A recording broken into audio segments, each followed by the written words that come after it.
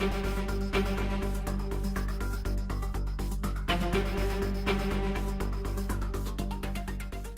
going to try to talk to Officer John Lacey for our website as soon as he gets off the phone. But again, we've been following this for the last 45 minutes or so. And again, as you see, a very active scene here in the parking lot at Oak Park Mall. I'm Robert Townsend, only on 4. I'll tell you about the connection between this motel and one of the suspects now charged with shooting a local police officer. So the whole thing started on Monday when police say the boy told investigators he found the gun while walking home from school. They also say he told officers he forgot the gun was in his backpack when he came to school. The mighty well hit the south side of St. Joe extremely hard. Just look at this mess. I mean, the water is just inching up all over this place. We're in the popular business district.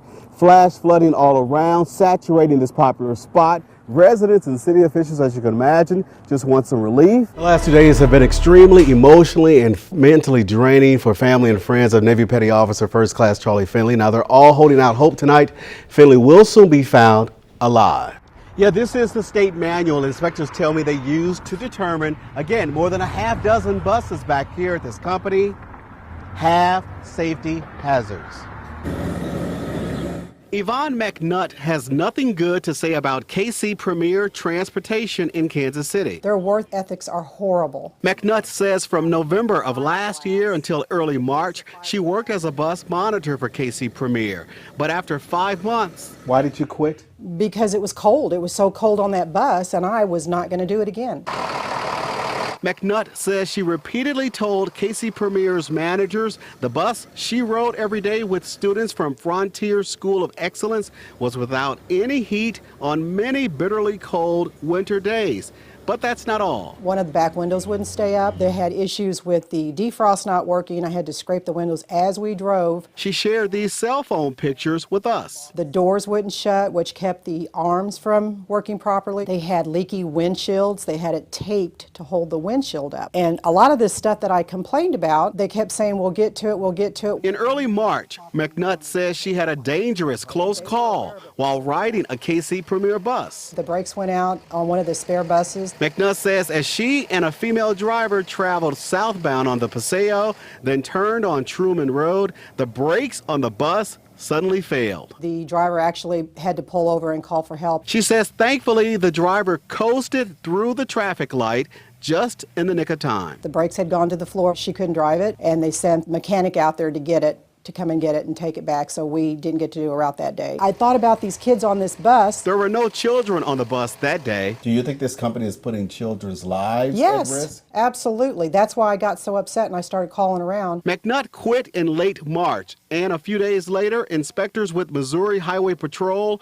conducted an annual inspection at KC Premier Transportation. We inspected 19 buses out of their 41 buses. Sergeant Bill Lowe says the state took 13 of the company's buses out of service due to serious safety violations. Those violations ranged from an emergency door not opening to a stop arm not working. If they have any fuel leak, if there's a brake problem, if the tires are bad, then they're going to be placed out of service. While another 6 buses had lesser problems, such as no heat, Lowe says KC Premier's drivers could still drive those if the company would fix the problems within 10 days. For 19 out of the 19 buses to have some sort of defect or to be placed out of service, that's alarming. I've shown you the reports, but I'm not going to give it to you. Ijaz Mahmood owns KC Premier Transportation. For nearly 2 years, the company has mainly serviced charter schools in the Kansas City area. The KC Premier website boasts that it transports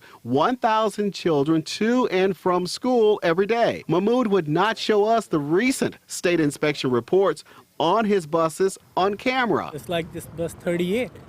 This has the crossing arm that comes out when the defrost fan is running. He insists the state examined 20 of his buses and put 8 out of service. Remaining buses, they had some minor issues. They've been taken care of. What's more, Mahmood says buses the state calls unsafe are now idle in KC Premier's parking lot with yellow stickers on their windshields, being repaired, and are not on the roads. So parents and the public should not have any safety concerns? No safety concerns. Absolutely not. We make sure the drivers are safe.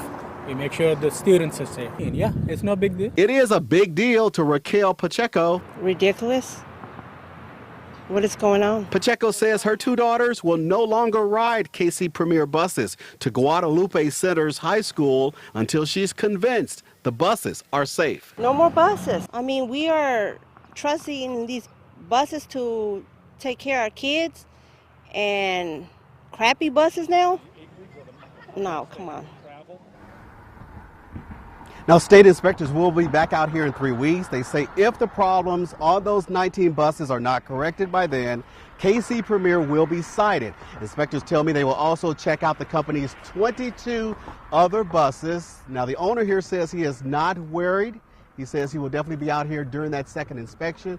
Of course, we will definitely stay on top of this story. The pastor here at Apostolic Revival Church in South Kansas City says it's been 5 days since a teenager came here to his church and made some serious threats against his congregation. Now, that teenager also says the pastor threatened his life. Were you disrespecting the pastor? No. Was your son ever disrespectful or refusing Never. to leave that church? Never.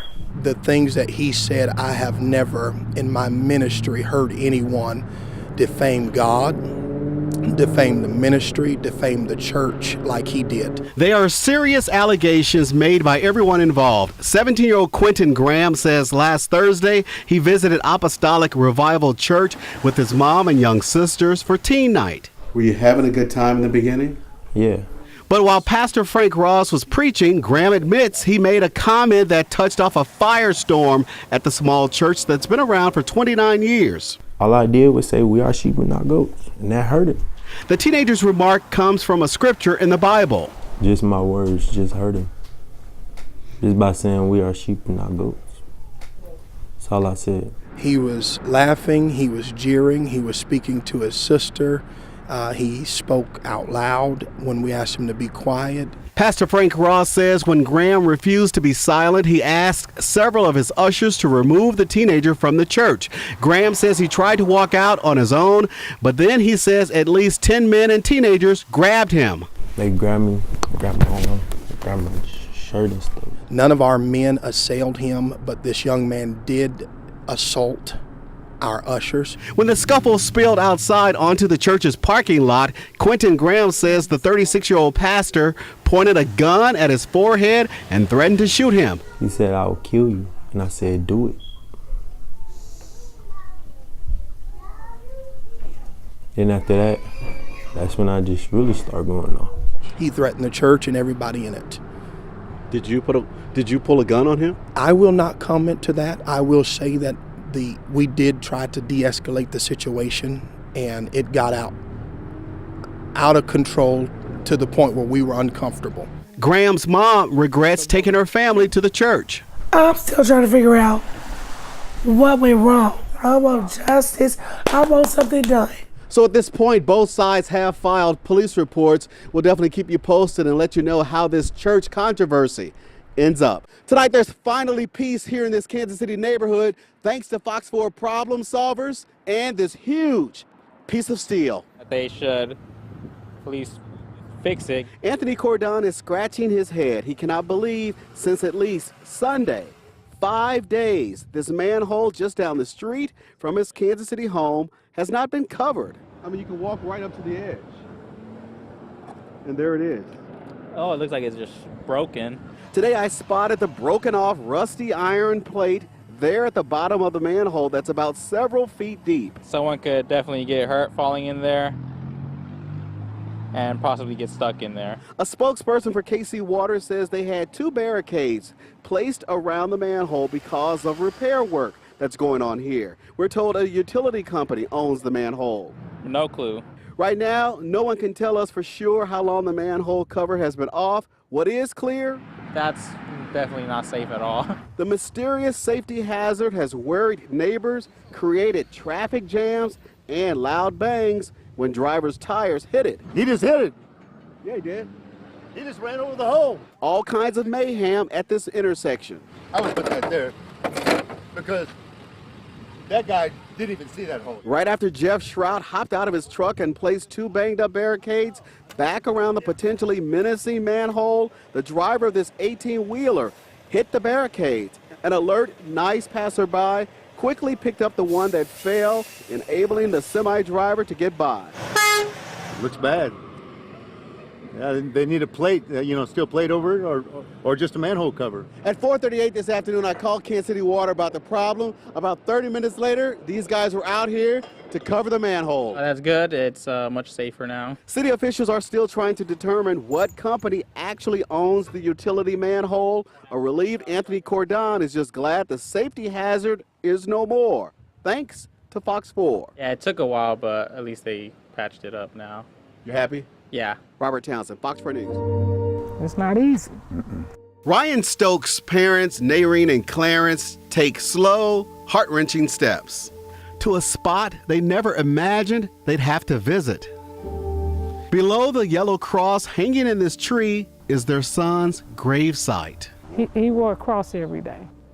He was down to earth, loving family. He was my baby boy. He was my only son. Ryan had a good spirit. Ryan helped anybody. On Saturday, July 28, 2013, Ryan left home and went to hang out in Kansas City's Power and Light District with two buddies. I shook his hand and I hugged him and I said, "I love you, son." He said, "I love you, Pops." That was the last time the parents saw their son. I'll never forget that. It was 3 o'clock in the morning. It happened so fast. Kenny Can says he and Ryan were walking past 13th and Grand when a Johnson County man accused their friend of stealing his cell phone. It's terrifying, especially getting accused of something you didn't do. We had no parts of it. When the cell phone owner demanded that Stokes and Can's friend give him back his cell phone, a rowdy disturbance erupted on the street. Police arrived, doused the crowd with pepper spray, and everyone scattered. The Stokes family's attorney says the 21-year-old cell phone owner was intoxicated at the time. He says, "I was so drunk, I don't even remember this." And then we'll see many police officers will start to run. Cynthia Short shared a video from a witness's cell phone and dash cam video from a parked officer's car that night. When I hit the ground, you heard the pow, pow. 24-year-old Ryan Stokes was shot in the parking lot of a zoo bar. Stokes died near his friend's car. At the time, he had a 1-year-old daughter and worked at his family's cleaners. He did not have a criminal past. They said it was a standoff. Yeah, it was a standoff. Right, it was a standoff, and Ryan had a gun and wouldn't put it down. And the police just took his life. Turns out, Stokes had his cell phone in one hand and his friend's car keys in the other. But Ryan's parents don't believe the Jackson County Medical Examiner's autopsy. It states Stokes died from gunshot wounds to his abdomen. But autopsy photos indicate Stokes suffered entry wounds to his back. I unzipped the bag to see if he had any bullet holes in his chest, and he didn't. He did not. He had bullet holes in his back. They lied from the beginning. In 2016, Naireen Stokes filed a wrongful death lawsuit against the Kansas City Police Department, then Police Chief Darrell Forte, and Officer William Thompson. Ryan's parents want the Kansas City Police Department to clear their son's name, publicly admit that Stokes did not have a gun or threaten any officers, and provide long-term financial care to Stokes' now 6-year-old daughter. I need them to change their whole narrative of Ryan and stop lying on what happened. In September, Kansas City Police Chief Rick Smith asked the Board of Police Commissioners to take back the awards given to officers William Thompson and Tamara Jones 1 year after the deadly shooting of Stokes. Chief Smith never said why the awards were rescinded and declined to be interviewed for this story. Sometimes there's many different sources in a story, and as the councilwoman said, there's different accounts, and we have to make sure that those are accurate, whether it be an award or an investigation. And I would like to get the awards and burn them. No one heard, "Show me your hands, put the weapon down." Nobody. 5 years later, Just something to remind me of that's my brother. Kenny Can now has a tattoo in memory of his childhood friend. His birthday, 10/18/88. The night it happened, 7/28/2013. And Ryan's undaunted parents So it's gonna be okay. say they won't rest until they get justice for their son. I will not give up for my son that I know they killed. I love you, Ryan. Okay. Always.